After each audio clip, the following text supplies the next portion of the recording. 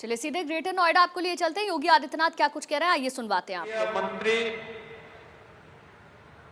केंद्रीय रेलवे एवं इलेक्ट्रॉनिक्स और सूचना प्रौद्योगिकी के मंत्री माननीय अश्विनी वैष्णव जी,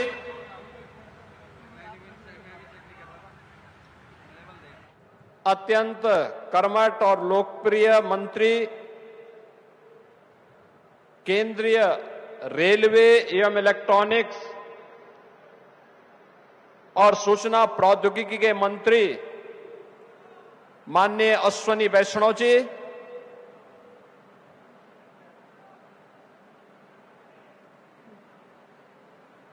अत्यंत लोकप्रिय और कर्मठ केंद्रीय मंत्री पर्यावरण, वन, जलवायु परिवर्तन मंत्रालय माननीय श्री भूपेंद्र यादव जी, उत्तर प्रदेश सरकार में मंत्रिमंडल के मेरे सहयोगी औद्योगिक विकास के मंत्री Shri Nandgopal Gupta Nandi ji,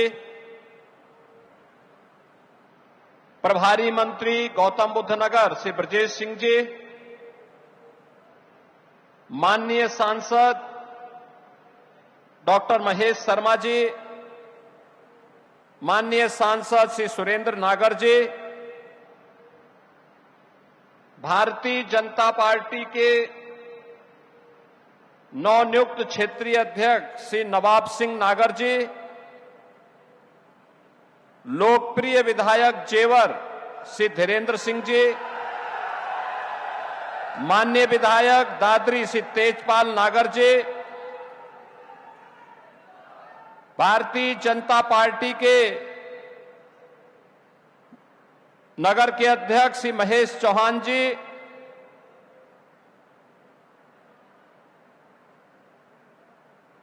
executive chairman number group Shri Jasvir Singh ji, managing director Shri Daljit Singh ji, CEO Korea circuit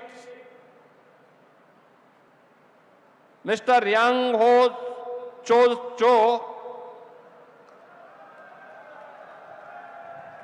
आज के इस कार्यक्रम में उपस्थित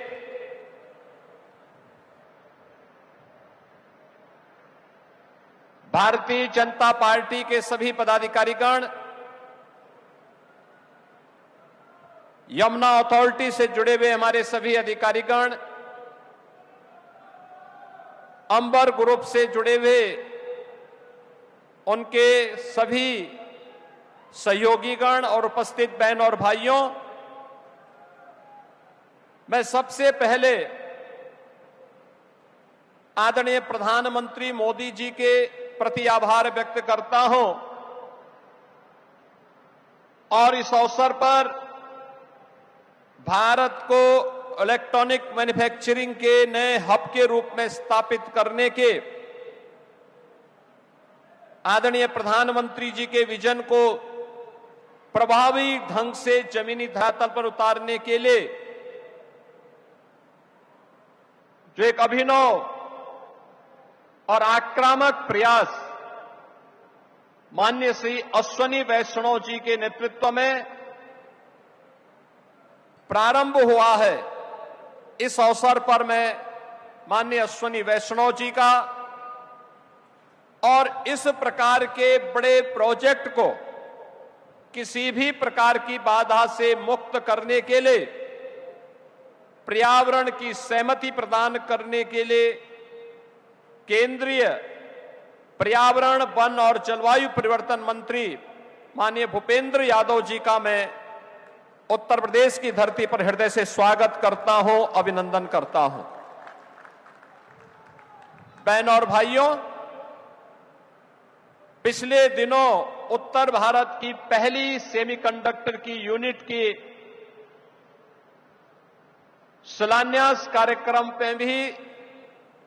माननीय अश्विनी वैष्णव जी का सानिध्य इस क्षेत्र के लोगों को और उत्तर प्रदेश के नागरिकों को प्राप्त हुआ था। सेमीकंडक्टर यानी यह आज की दुनिया की सबसे बड़ी ताकत है। और उस ताकत का केंद्र बिंदु या क्षेत्र बने। और आज इलेक्ट्रॉनिक कंपोनेंट के नए हब के रूप में इस क्षेत्र को स्थापित करने के लिए हमारे दोनों मंत्रियों ने जो रुचि ली वो अद्भुत था। यानी अन्य लोगों के लिए अकल्पनीय है कि जो चीज दुनिया से हम आयात करते हैं वह हमारे यहां बने और उसको हम दुनिया को निर्यात करें। भारत को इलेक्ट्रॉनिक कंपोनेंट के हब के रूप में स्थापित करना है और स्वयं आज यहां पर आए हैं। हम सबको आह्लादित कर रहा है क्षण। मैं सचमुच इसी आक्रामक रणनीति और प्रेरणादायी नेतृत्व के नाते ही आज कभी उत्तर प्रदेश का जंगल राज कहा जाने वाला जेवर आज मंगल राज के रूप में बदल गया है। अभी मैं जेवर एयरपोर्ट में लैंड किया था। कितनी शानदार एयरपोर्ट की सौगात प्रधानमंत्री जी के कर कमलों से मिली है और अब उसने कॉमर्शियल फ्लाइट शुरू कर दी है। अनेक यहां पे निवेश के प्रस्ताव आ रहे हैं। आज का ही जो निवेश का जो शिलान्यास हो रहा है वह 6,785 करोड़ रुपए का है। आप सोचो, यहां पे अंबर ग्रुप के साथ कोरिया सर्किट, इसमें उनके साथ मिलकर के एक ज्वाइंट वेंचर बना करके इनके द्वारा ये निवेश यहां पे किया जा रहा है। कोरिया के साथ उत्तर प्रदेश का बहुत पुराना संबंध है। कोरिया के इतिहास में ये मान्यता है कि उनकी रानी क्वीन हो अयोध्या की राजकुमारी रत्ना थी और जो जल मार्ग से कोरिया पहुंची थी। हम लोगों ने कोरिया के फर्स्ट लेडी के उत्तर प्रदेश आगमन के अवसर पर एक पार्क भी वहां पर क्वीन हो की स्मृति में बनाया है अयोध्या में। वहां के एम्बेसडर स्वयं अयोध्या पधारे थे और आज भी उस स्मृति को स्मरण करते हुए वे भावुक भी होते हैं और भारत के साथ एक आत्मीय संबंध भी जोड़ते हैं। कैसे आक्रामक रणनीति हो, समर्पण का भाव हो और आत्मानुशासन हो, कैसे कोई देश इलेक्ट्रॉनिक मैन्युफैक्चरिंग का हब बन सकता है। कोरिया उसका उदाहरण अतीत में बन चुका है और आज ये हमारा सौभाग्य है कि आदरणीय प्रधानमंत्री श्री नरेंद्र मोदी जी का यशस्वी और विजनरी लीडरशिप हम सबको प्राप्त हो रहा है। उनके दूरदर्शी नेतृत्व में ही आज देश के अंदर तेजी के साथ विकसित हो रही भारत की अर्थव्यवस्था एक नए प्रतिमान को स्थापित कर रही है और यह क्षेत्र जो उत्तर प्रदेश जिसके सामने कभी पहचान का संकट था,